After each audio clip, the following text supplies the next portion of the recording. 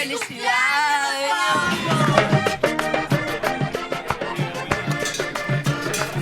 está muy bien. A ver, Pablo, contanos. Mira, mira, eso, patrón.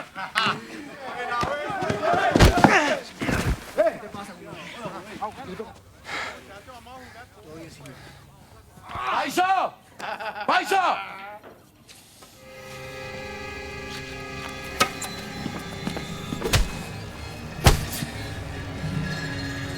¡Te digamos si nos robamos la plata!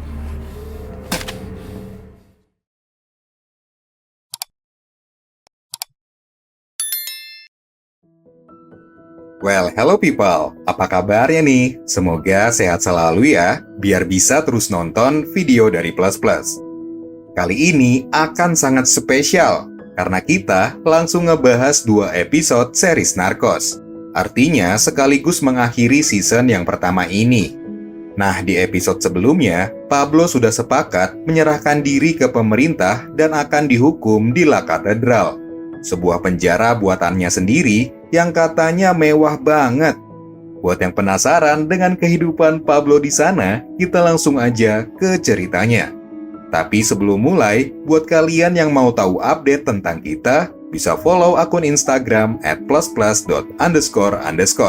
Atau buat kamu yang ingin tutorial edit video, bikin konten, dan main games, bisa follow TikTok kita @plusplus.film.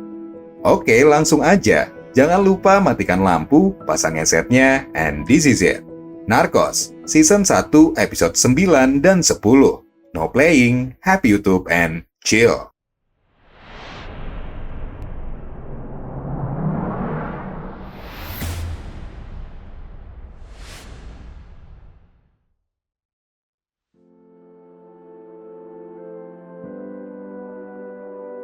La Catedral adalah penjara buatan Pablo yang terletak di Medellin, Kolombia. Sekilas tampak dari luar, bangunannya seperti penjara pada umumnya. Tapi siapa sangka, ketika masuk ke dalamnya, kamu akan menemukan banyak fasilitas mewah seperti berada di hotel bintang 5. Para sipir dan napi yang dihukum di sini pun merupakan anak buahnya Pablo. Jadi, mereka ini seakan-akan seperti pindah markas aja. Selain itu, pihak kepolisian juga dilarang mendekat ke penjara. Atas kesepakatan dengan pemerintah ini, membuat Pablo semakin bebas menjalankan bisnis bubuk haramnya. Makanya nggak heran, selama di penjara bukannya jadi miskin, Pablo malah semakin kaya raya. Namun di balik semua kemudahan yang Pablo dapat, permasalahan dengan kartel Collie nampaknya belum juga mencapai titik terang. Sebab Pablo malah menghabisi beberapa anak buah kartel Collie, meski mereka sudah menawarkan perdamaian. Begitu pula dengan sengketa lahan di Los Angeles, yang kesepakatannya tidak bisa diterima, karena Paco hanya membayar $10 juta. Padahal Pablo meminta bayaran di atas $12 juta. Merasa diremehkan, Pablo lalu menaikkan harga perdamaian sebesar $30 juta. Tak cuma itu, pajak bulanan Fernando dan Kiko juga naik jadi $1 juta. Oh iya, semenjak Pablo menyerahkan diri, setidaknya rakyat Kolombia bisa merasakan kedamaian lagi dan tak perlu cemas dengan teror seperti sebelumnya. Tapi di sisi lain, Carrillo harus dimutasi ke Spanyol karena pasukannya sudah dibubarkan akibat melakukan operasi penangkapan tanpa izin. Sebelum pergi, Carrillo memberikan sebuah foto udara penjaranya Pablo pada Pena dan Murphy. Kedua agen DIA ini terheran-heran ketika melihat sebuah penjara dengan lapangan sepak bola di dalamnya. Carrillo juga menjelaskan Pablo masih dapat menjual bubuk haram, bahkan lebih banyak dari sebelumnya. Setelah mengetahui informasi dari Carrillo, DIA mencoba mendalami kasus La Catedral dengan meminta bantuan CIA. Sayangnya, pada proses penyelidikan kali ini, mereka cukup kesulitan, sebab Pablo tak lagi menggunakan ponsel sebagai alat komunikasi, karena dia lebih memilih menggunakan burung merpati. Tradisional, tapi cukup efektif menghindari penyadapan Amerika. Pena dan Murphy lalu mencoba memburu burung itu, di mana kemudian mereka menemukan sebuah pesan bahwa Paisa, kurir yang biasa mengantar barang mewah ke penjara, akan melakukan pengiriman lewat terowongan. Ini masalahnya, mereka kesulitan menemukan lokasi terowongannya. Namun akhirnya Pena sadar bahwa terowongan cuma istilah aja, karena yang dimaksud adalah pengiriman menggunakan truk besar seperti yang biasa Paisa lakukan. Keesokan harinya, DIA langsung mencegat Paisa. Sayangnya hari itu, dia sedang tidak membawa muatan apapun. Kemudian, Murphy memasang kamera tersembunyi dan memaksa Paisa memotret semua aktivitas pengiriman.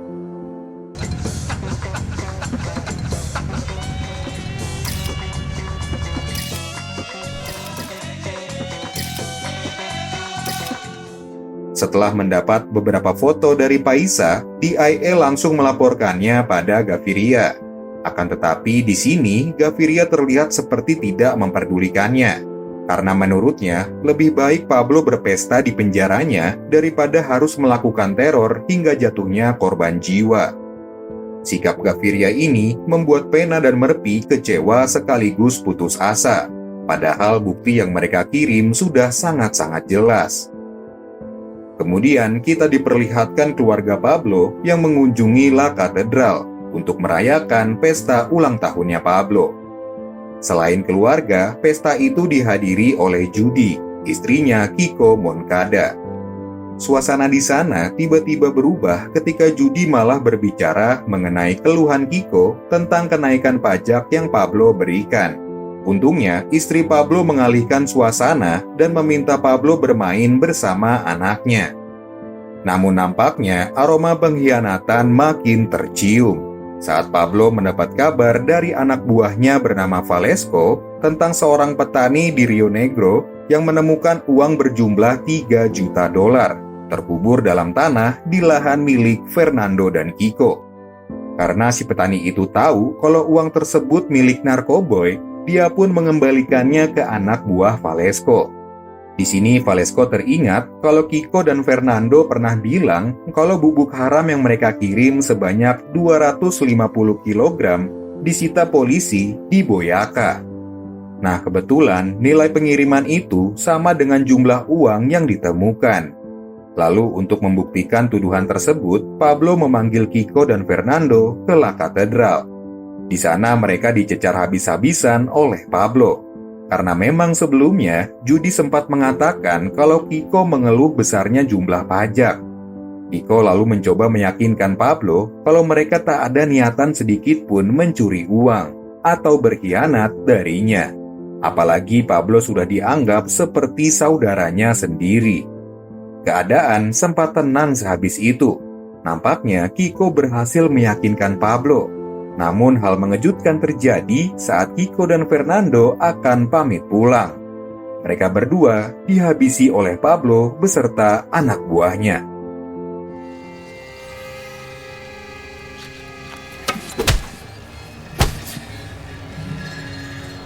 Si nos robamos la plata.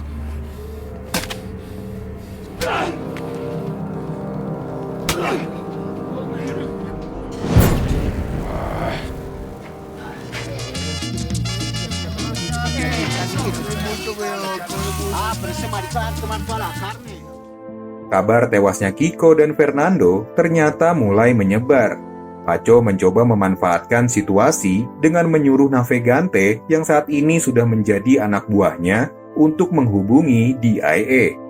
Jadi, Navegante menawarkan kerjasama saling bertukar informasi, di mana dia juga memberitahu perihal tewasnya Kiko dan Fernando. Meski awalnya tidak yakin dengan tawaran Navegante, tapi Murphy mulai mempertimbangkannya setelah menemukan bukti kebenaran rumor tersebut. Nah, karena ambisinya yang begitu besar menangkap Pablo, Pena dan Murphy berencana mengeluarkannya dari kedok penjaranya itu. Mereka menyebarkan bukti kejahatan di La Catedral ke media, agar publik tahu apa yang sebenarnya terjadi.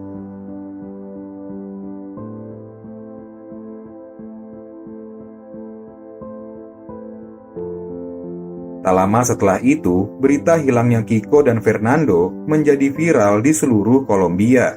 Aktivitas Pablo di La Catedral kini menjadi sorotan publik. Sayangnya, karena tak punya izin menyebarkan informasi ini, Pena dan Murphy harus terkena skors dan terancam dilaporkan pada Komite Kode Etik. Sementara Gaviria dan Pablo tidak banyak memberi tanggapan terkait berita tersebut. Akan tetapi, jajaran pemerintahan mendesak Gaviria segera memindahkan Pablo ke penjara di Bogota. Seorang menteri mengusulkan supaya berpura-pura kalau Pablo sedang mendapat ancaman dari musuh terbesarnya. Dengan begitu, mereka dapat memindahkan Pablo tanpa membuatnya merasa dikhianati oleh kesepakatan sebelumnya. Pemerintah Kolombia lalu mengutus Jenderal Ariza untuk menjalankan misi ini. Nah, kabar pemindahan Pablo menjadi kabar yang paling dinantikan oleh Murphy. Baginya, tak ada yang lebih menyenangkan selain melihat akhir perjalanan Pablo di televisi sambil bersantai. Tapi tanpa diduga, sesampainya di rumah, Murphy malah diculik. Connie yang panik melihat suaminya menghilang langsung menghubungi Pena. Sehingga Pena pun bergegas mencarinya dengan meminta bantuan dari CIA. Sementara itu, pasukan Jenderal Ariza mulai berangkat ke La Catedral.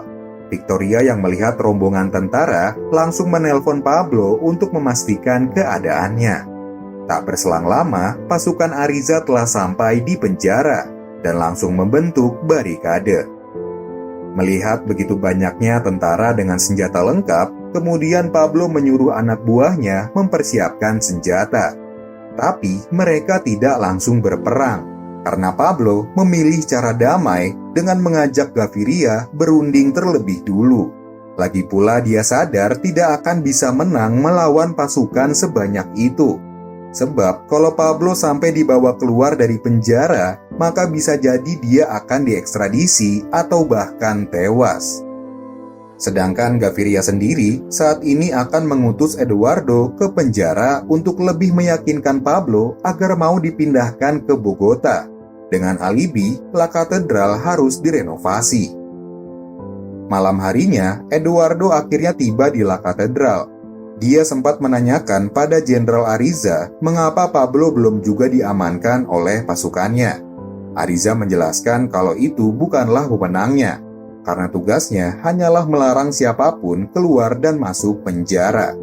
Eduardo yang ingin misi perdamaian segera rampung berinisiatif masuk ke penjara untuk langsung menemui Pablo. Meski sangat beresiko, tapi Eduardo yakin kalau Pablo takkan melukai menteri kehakiman sepertinya. Apalagi niatnya hanya ingin melakukan negosiasi. Lalu Eduardo pun memasuki penjara dikawal oleh sipir. Di dalam penjara, dia langsung menjelaskan maksud kedatangannya. Tapi Pablo tidak percaya semua alibi yang Eduardo berikan, karena Pablo sudah tahu maksud kedatangan Eduardo hanya untuk menyelidiki kasus kematian Fernando dan Kiko. Pablo menganggap bahwa Gaviria telah mengkhianatinya, sehingga dia tak akan segan menyatakan perang bila pasukan keamanan melakukan perlawanan. Negosiasi yang tak berjalan sesuai rencana membuat Eduardo ketar-ketir dengan keselamatannya.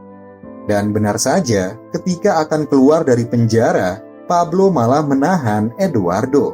Sehingga mau tak mau, Eduardo pun terpaksa tetap berada di dalam penjara. Kemudian Pablo memaksanya menelpon Gaviria untuk segera menarik pasukan yang mengepung penjara. Tapi Eduardo tidak benar-benar melakukan hal itu. Dan dengan cerdik memberikan sebuah kode ke Gaviria kalau dia sedang disandra oleh Pablo.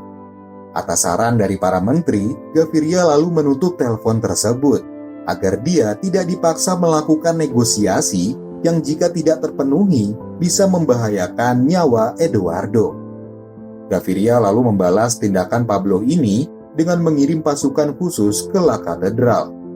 Namun rencana Gaviria nampaknya juga diketahui oleh Valesco, sehingga kini Pablo mulai bersiap-siap dan memberitahu anak buahnya tak perlu menghabisi Eduardo, karena Pablo sangat ingin Eduardo tewas di tangan pemerintahannya sendiri.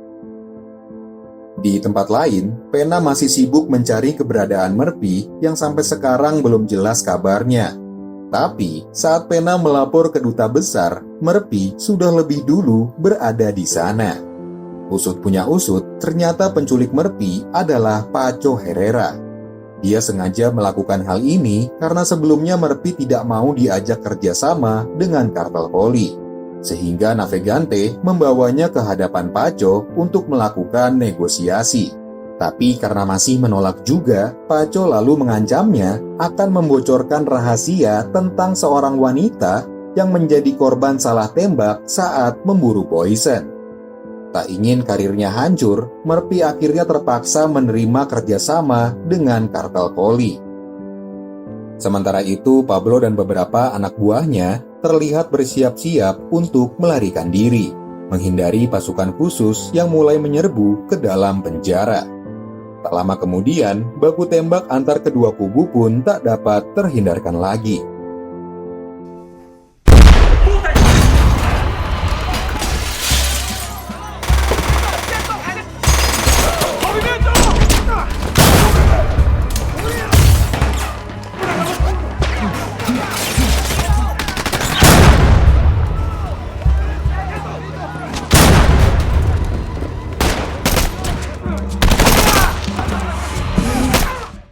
Setelah berhasil mengalahkan anak buah Pablo satu persatu, Eduardo akhirnya dapat dievakuasi.